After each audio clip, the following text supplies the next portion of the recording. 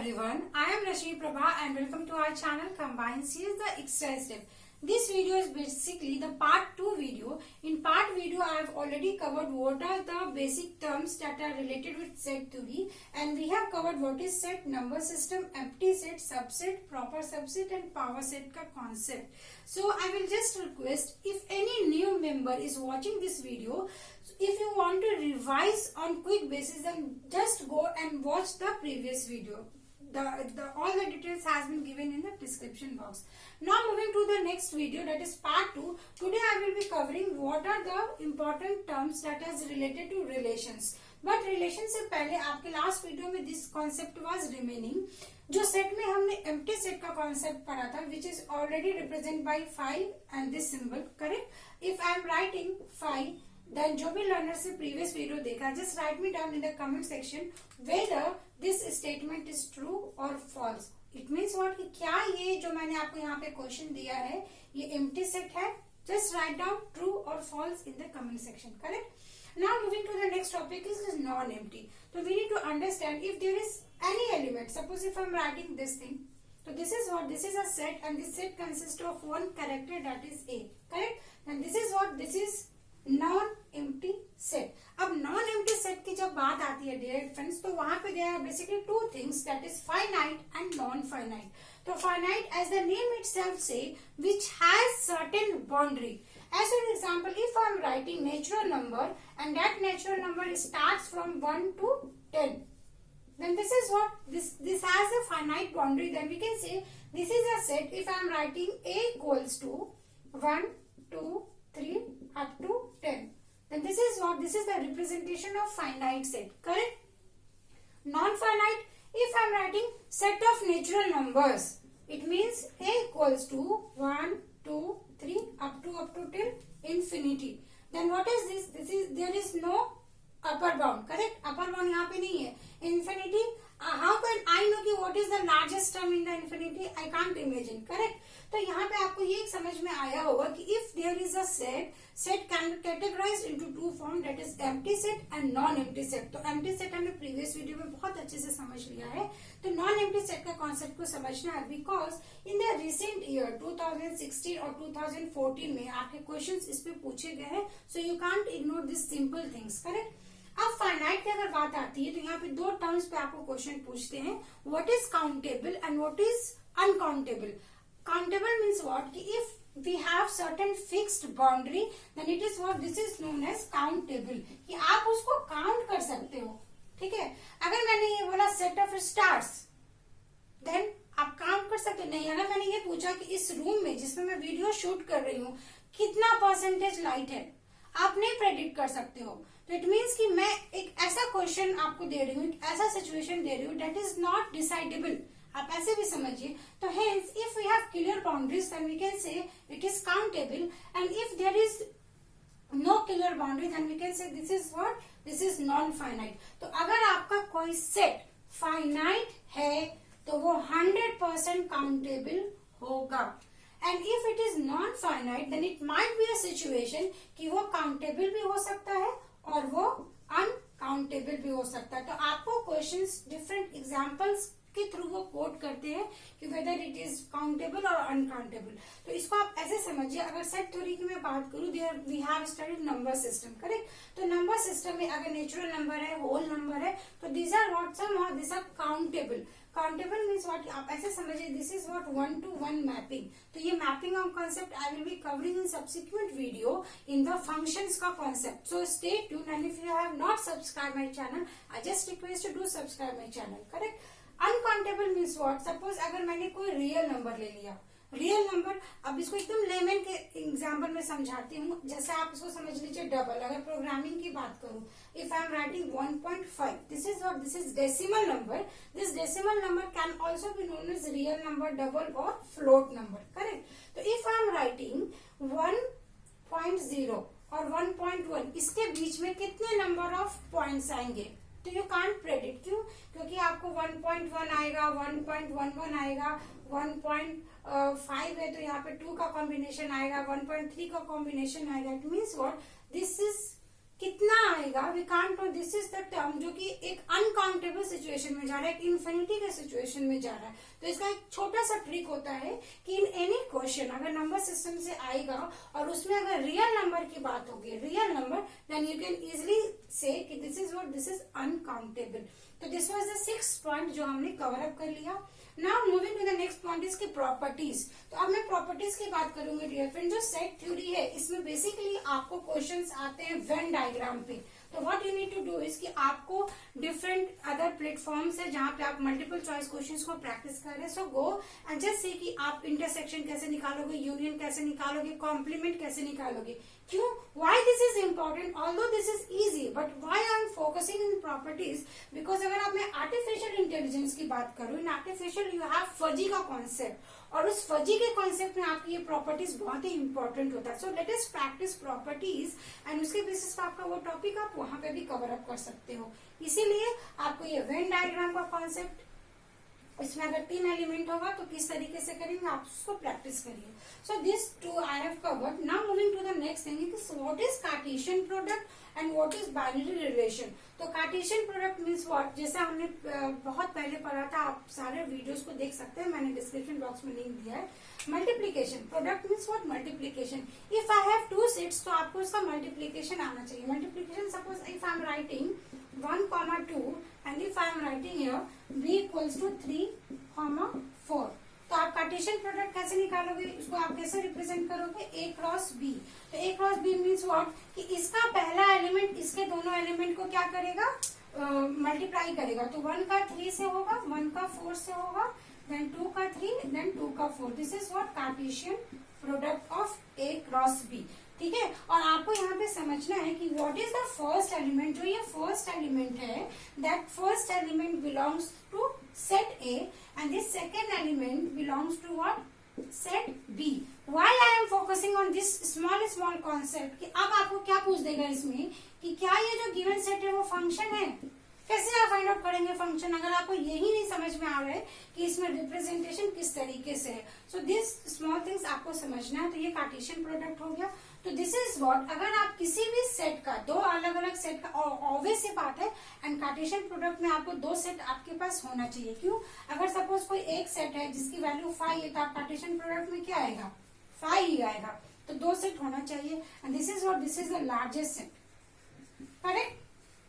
अब रिलेशन क्या होगा, बाइनरी रिलेशन। तो relation means what, relation is a subset of Cartesian product. हम बेसिकली ऐसे लिखते हैं, relation is a subset of Cartesian product. It means what कि यहाँ पे कितने नंबर ऑफ पॉसिबल रिलेशंस होंगे, 1, 2, 3 एंड 4।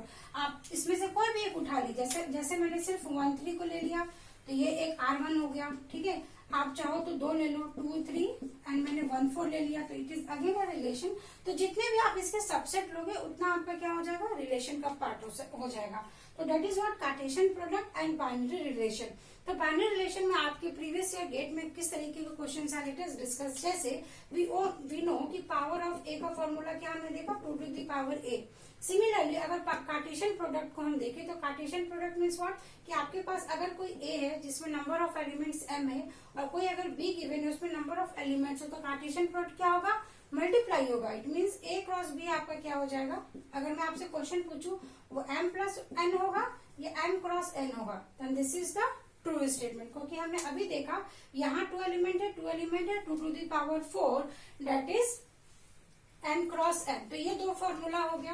तो जो भी लर्नर्स इस वीडियो को देख रहे हैं आप अपने शॉर्ट नोट्स बनाइए और इसमें फॉर्मूला को एक जगह लिखिए, correct. And if you are on my Telegram channel तो ऑलरेडी मैं आपको वहां पे आज इन सारे टॉपिक्स का हैंड रिटन नोट्स प्रोवाइड करूंगी, सो दैट कि आप उससे अपने नोट्स बनाइए और इजिली क्वेश्चंस को अटेम्प्ट करिए। प्रॉपर्टीज एंड नेक्स्ट थिंग कि अगर मैं आपसे पूछे कि total number of possible binary relations कितने होंगे, तो अगर आपके पास m और n सेट है डिफरेंट तो क्या हो जाएगा, 2 to the power m cross n। तो कुछ भी लर्न नहीं करना है, आपको बस समझना है कि क्वेश्चन किस फॉर्म में गिवन है। तो ये आपका 8 पॉइंट हमने कवर अप कर लिया यहाँ पे कि what is Cartesian product, what is binary relations and total number of possible आपके रिलेशंस कितने होंगे। इसके बेसिस इसके प्रॉपर्टीज पे आप कुछ क्वेश्चंस को प्रैक्टिस जरूर करिएगा। Now moving to the next important topic, और इसको मैं जिस तरीके से मैंने यहाँ पे एम्प्टी सेट को और पावर सेट को स्टार मार्क किया है फ्रेंड्स, सिमिलरली जो पॉसिबल नंबर ऑफ रिलेशंस है, it is again one of the next important topic जो आपको बहुत ही अच्छे से समझना है, बिकॉज ये आपका ट्रेंड में क्वेश्चन है और एवरी टाइम इससे क्वेश्चंस आपके एनटीए यूजीसी नेट में या गेट में क्वेश्चंस फ्रीक्वेंटली पूछे जा रहे हैं। तो पॉसिबल रिलेशंस, तो आपको ऐसे समझना है कि we have several categories of relation. As for example सबसे पहला हमारा आता है क्या, रिफ्लेक्सिव। रिफ्लेक्सिव जो रिफ्लेक्ट कर रहा हो, तो मैंने एक नोट बनाया, ठीक है, वो सेल्फ लूप है। सेल्फ लूप मीन वॉट कि x cross x belongs to in a relation. तो जैसे अगर मैंने कोई एक सेट ले लिया, मैं यहाँ पे ऐसे ले लेती हूँ, if I am taking a equals to 1,2, तो रिफ्लेक्सिव मीन्स कि जिसका खुद का इमेज हो, तो मैंने यहाँ पे लिखा 1 एंड 2, 2, तो दिस इज व्हाट रिफ्लेक्सिव। तो यहाँ पे आपको ये ध्यान रखना है, रिफ्लेक्सिव में जितने नंबर ऑफ एलिमेंट्स होंगे आपको फॉर ऑल के लिए ये कंडीशन ट्रू होना चाहिए, ठीक है, 1, 1 भी होना चाहिए और 2, 2 भी होना चाहिए। अगर सपोज मैंने यहाँ से ये निकाल दिया, देन व्हाट, क्या ये रिलेशन में है, no, this is false relation. तो आपको ये जो होते हैं ना छोटे छोटे चीजें, ये जनरली कोई कवर नहीं करता है, ये सब मैंने अपने प्रैक्टिस से फाइंड आउट किया कि आपको ये जो सिंबल्स होते हैं सब बहुत ध्यान देना है। रिफ्लेक्सिव होने के लिए यहाँ पे कंपलसरी आपको जितने नंबर ऑफ एलिमेंट्स है उतने नंबर ऑफ एलिमेंट्स का इमेज होना चाहिए, या आप ऐसे समझ लीजिए खुद का उसमें लूप होना चाहिए। So this is reflexive. And reflexive में इंपॉर्टेंट क्या है, you need to learn 2 to the power n-1 इसका फॉर्मूला होता है total number of possible reflexive relations को कैलकुलेट करने के लिए, ठीक है। तो दिस वाज द फर्स्ट। अब इररिफ्लेक्सिव क्या आ जाएगा, इसका रिवर्स। तो आपको कंफ्यूज नहीं होना, आप बस एक समझ लीजिए, तो ये तो आपको अपने आप आ जाएगा। मैंने क्या बोला, this is the reverse. Reverse means कि जो x, x बिलोंग कर रहा है किसी रिलेशन को, रिवर्स मीन्स कि आप इसको ऐसे काट दीजिए। इट मीन्स कि अगर, ये भी आपका फॉर ऑल के लिए आएगा कि अगर किसी भी गिवन रिलेशन में ये दोनों प्रेजेंट है तो वो आपका इररिफ्लेक्सिव नहीं होगा। एज फॉर एग्जाम्पल अगर मैंने यहाँ पे लिख दिया 1, 1, 2, 2, तो क्या ये इररिफ्लेक्सिव है, नहीं है। क्यों, क्योंकि ये तो इसका कंडीशन है, तो ये नहीं है। अगर मैंने सपोज ऐसे लिखा, क्या ये इररिफ्लेक्सिव है, अगेन नहीं है। क्यों, क्योंकि फॉर ऑल का से ये मतलब नहीं है कि ये दोनों ही होना चाहिए। अरे आपको एक तो मिला तो एक भी मिलेगा तो भी इररिफ्लेक्सिव नहीं होगा। अगर मैं ऐसे लिख दूं 2, 2, तो सेम कॉन्सेप्ट है, ये इररिफ्लेक्सिव हो जाएगा। And if I am writing, suppose if I am writing 1, 2, either मैं 2, लिखूं, मतलब कुछ भी लिख दूं, 2, 1 लिख दूं, तो ये आपका क्या है, इररिफ्लेक्सिव है। इवन अगर मैं यहाँ पे 5 भी लिख दूं तो 5 भी आपका क्या हो जाएगा, इररिफ्लेक्सिव हो जाएगा। तो यहाँ पे ये this is very important to understand 5, because कि अगर मैंने यहाँ पे रिफ्लेक्सिव, मुझे आप कमेंट सेक्शन में जरूर बताइएगा, इफ आई एम राइटिंग 5, तो क्या 5 रिफ्लेक्सिव है या नहीं है। तो this is the question 2, correct. एक क्वेश्चन मैंने आपको आज ये पूछा था, क्या क्वेश्चन पूछा था मैंने, कि this is what, this is empty set और नॉट। ये फर्स्ट क्वेश्चन था आपका एम्प्टी सेट, करेक्ट, कि ये ट्रू है या फॉल्स है। सेकंड क्वेश्चन मैंने यहाँ पे ये पूछा है कि जो आपका 5 है, 5, ठीक है, सिंगल 5, क्या ये रिफ्लेक्सिव है, इज इट रिफ्लेक्सिव। तो आप क्वेश्चन 1, क्वेश्चन 2 इस तरीके से ट्रू फॉल्स लिख के जरूर बताइएगा, ठीक है। तो मैंने ये बताया इररिफ्लेक्सिव 5 मतलब हमें ये देखना है कि इसका कॉपी नहीं होना चाहिए, तो 5 में तो नहीं है, इट मीन्स ये आपका क्या हो जाएगा, इररिफ्लेक्सिव। और इररिफ्लेक्सिव और रिफ्लेक्सिव में दोनों में आपका ये कॉमन होता है, तो आप इजिली लर्न करिए, एक को लर्न करिए तो दूसरा ऑटोमेटिकली लर्न हो जाएगा। तो ये दो आपके पॉसिबल रिलेशन है, रिफ्लेक्सिव और irreflexive. Now moving to the next thing is symmetric, antisymmetric and asymmetric, correct. तो उसमें भी आपको ऐसे ध्यान देना है, सिमेट्रिक, एंटीसिमेट्रिक एंड एसिमेट्रिक, आप ऐसे अपने नोटबुक में लिखिए, ठीक है। सिमेट्रिक मीन्स व्हाट, कि इफ हमारे पास अगर ये एलिमेंट है, ठीक है, and if I am writing 1, 2, तो हमारे पास 2, 1 होना चाहिए कंपल्सरी, कि 1, 2 है तो 2, 1 होना चाहिए। एंटीसिमेट्रिक क्या बोलता है, 1, 2 है, 2, 1 नहीं होना चाहिए।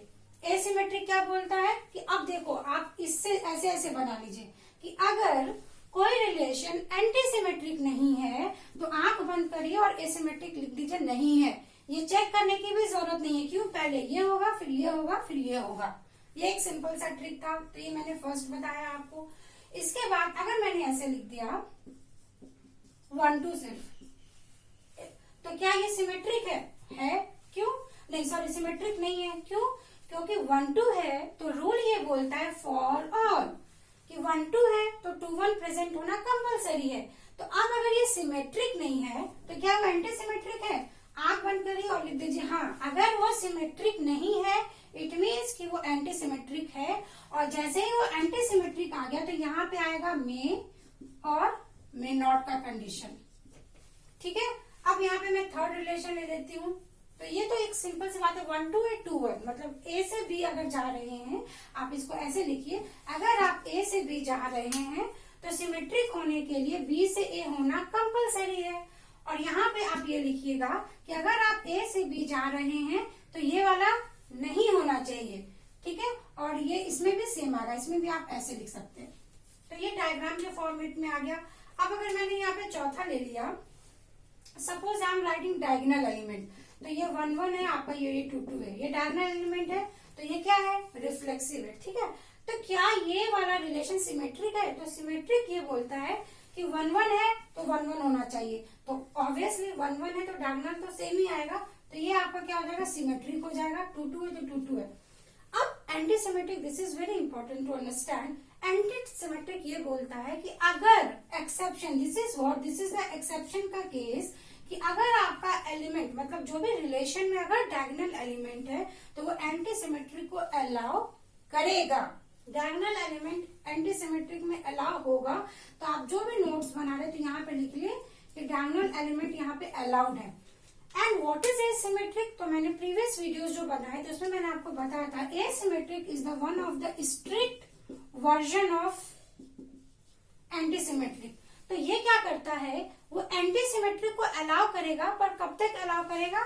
जो डायगोनल एलिमेंट का कॉन्सेप्ट है वो इसमें नहीं होना चाहिए। तो आप ऐसे समझ सकते हैं कि इफ आई एम राइटिंग कि suppose if I am writing कि कोई सेट सिमेट्रिक है तो वो क्या होगा, वो सॉरी नहीं, यहाँ पे एसिमेट्रिक आएगा, करेक्ट, एसिमेट्रिक है तो वो एंटी सिमेट्रिक तो होगा ही होगा, because this is a strict version. और जो स्ट्रिक्ट वर्जन होता है वो हमारा स्मॉल सबसेट का पार्ट होता है। क्यों? क्योंकि आप इसमें देखो एंटी सिमेट्रिक में मैंने क्या बोला, डायगोनल एलिमेंट आपका अलाउ होगा, बट इसमें डायगोनल एलिमेंट अलाउड नहीं होगा। तो आप ऐसे छोटे छोटे डायग्राम बना के अपने शॉर्ट नोट्स में लिखेंगे डियर फ्रेंड्स, तो आपको बहुत ही हेल्पफुल होगा एग्जाम टाइम में क्विकली रिवाइज करने के लिए। तो ठीक है, तो दिस वाज द कॉन्सेप्ट कि आपको ये डायग्राम हमेशा बनाइए, फिर आप ये डायगोनल जो एक्सेप्शन का केस होता है वो आपको जरूर मालूम होना चाहिए। And next thing is very important, phi का क्या रिप्रेजेंटेशन है। तो सिमेट्रिक ये बोलता है कि अगर कोई सेट है तो सेट में आपका डायगोनल एलिमेंट होना चाहिए। तो क्या इसमें कोई डायगोनल एलिमेंट का कॉन्सेप्ट है फाई में? नहीं है, तो ऑब्वियस सी बात है ये आपका सिमेट्रिक है। एंटी सिमेट्रिक चेक करिए, एंटी सिमेट्रिक ये बोलता है कि अगर 1 2 है तो 2 1 नहीं होना चाहिए, ये नहीं होना चाहिए। तो यहाँ पे तो 1 2 का कॉन्सेप्ट ही नहीं है, ये तो आपका क्या एम्प्टी सेट है, तो ये आपका एंटी सिमेट्रिक भी आएगा और ये आपका एसिमेट्रिक भी आएगा। तो hence what we are concluding here, it might be possible कि आपका एक रिलेशन एक ही टाइम पे सिमेट्रिक भी हो, एंटी सिमेट्रिक भी हो और एसिमेट्रिक भी हो। बट ये केसेस देखिए कि वो सिमेट्रिक है, एंटी सिमेट्रिक नहीं हुआ, एसिमेट्रिक भी नहीं हुआ, और ये एक बार में आपका तीनों पॉसिबल। हाँ, इस केस के लिए तीनों एक बार में होगा, but if I am writing diagonal element तो ये कभी इसमें अलाउ नहीं करेगा। ठीक है, तो ये स्मॉल सा इंटरप्रिटेशन है। और यहाँ पे नेक्स्ट इंपॉर्टेंट पॉइंट आपको मैं जरूर बताऊंगी, तो ये तो आपको समझना है। क्यों? क्योंकि एवरी टाइम अगर आप इसको अच्छे से समझेंगे देन इसके आप रिलेशंस के क्वेश्चंस, फंक्शंस के क्वेश्चन अच्छे से कर सकते हो। और नेक्स्ट इंपॉर्टेंट पॉइंट नंबर 6 इसमें ये आता है कि सिमेट्री का जो फॉर्मूला होता है total number of n plus 1/2 and antisymmetric में आएगा 2 to the power n, 3 to the power n, n minus 1/2 and यहाँ पे मैं इसका डेरिवेशन नहीं बताऊंगी बिकॉज उससे क्वेश्चंस कभी नहीं आएगा। आपको बस ये समझ लीजिए कि सिमेट्रिक में आपके total number of possible relations पे क्वेश्चन पूछते हैं, आपके एवरी टाइम पूछते हैं, इवन दिसंबर 2019 में भी पूछा गया है नेट में। और एसिमेट्रिक में बिकॉज की डायगोनल एलिमेंट अलाउ नहीं है तो hence 3 to the power n, n minus 1/2 इसका total number of possible relations होगा। And let me just cross check so that कि आपका इन्फॉर्मेशन मैं चेक कर लूं सही है नहीं, या दिस इज परफेक्टली ओके। तो this was the very important concept relations का, जो मैंने एक क्विक वे में आपको इसका समरी प्रोवाइड करने की कोशिश की डियर फ्रेंड्स। तो आई होप कि आपको ये क्लियरली समझ में आ रहा होगा। इनकेस अगर कोई भी डाउट है तो just I will ask you to just join the Telegram channel, because मैं वहां पे आपको क्विकली इसका जो भी डाउट है वो क्लियर कर दूंगी। Now next important point is equivalence and poset. तो इक्विवेलेंस में आप सिंपली ये समझिए कि अगर इक्विवेलेंस आपको पूछता है तो यहाँ पे आपका आएगा RST, दैट इज वो रिफ्लेक्सिव होना चाहिए, सिमेट्री होना चाहिए और वो ट्रांजिटिव होना चाहिए।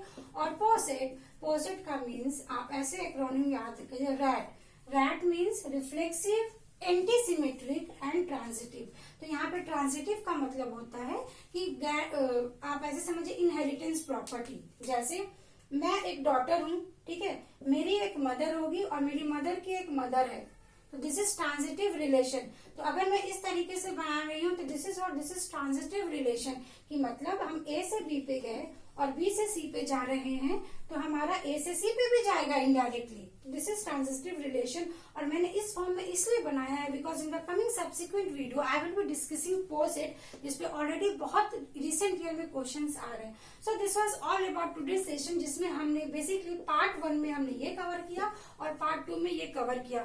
तो what ever effort I am putting in this video, just let me down कि आपको किस तरीके से, एक सिंगल मोटिव है कि आपको मैं कॉन्सेप्ट को बेस्ट वे में एक्सप्लेन करूं। तो इट माइट बी पॉसिबल कि जो भी आपके प्रॉब्लम्स स्टिल हो रहे हैं तो आप कमेंट सेक्शन में फ्री होकर पूछ सकते हैं। एंड नेक्स्ट थिंग कि डिस्क्रिप्शन बॉक्स में मैंने ऑलरेडी आपको टेलीग्राम चैनल का लिंक प्रोवाइड किया, just join the Telegram channel because there is no hidden cost involve in joining that channel. And if you are liking the video I will also request कि do subscribe my channel, because in the coming subsequent one I have set my target कि मैं आपको NTA UGC NET और gate के perspective से भी जो आपके जितने भी कोर सब्जेक्ट हैं उसका मैं उसी टॉपिक को हाईलाइट करूंगी जिससे फ्रिक्वेंटली आस्क्ड क्वेश्चंस आते हैं। With these words, thanks for watching, stay safe, happy learning and just share जरूर करें, मेरा क्लास जरूर बोलूंगी, ज्यादा से ज्यादा चैनल को शेयर करें एंड सब्सक्राइब करें जो फर्स्ट टाइम इस वीडियो को देख रहे हैं। Thanks for watching, thank you so much.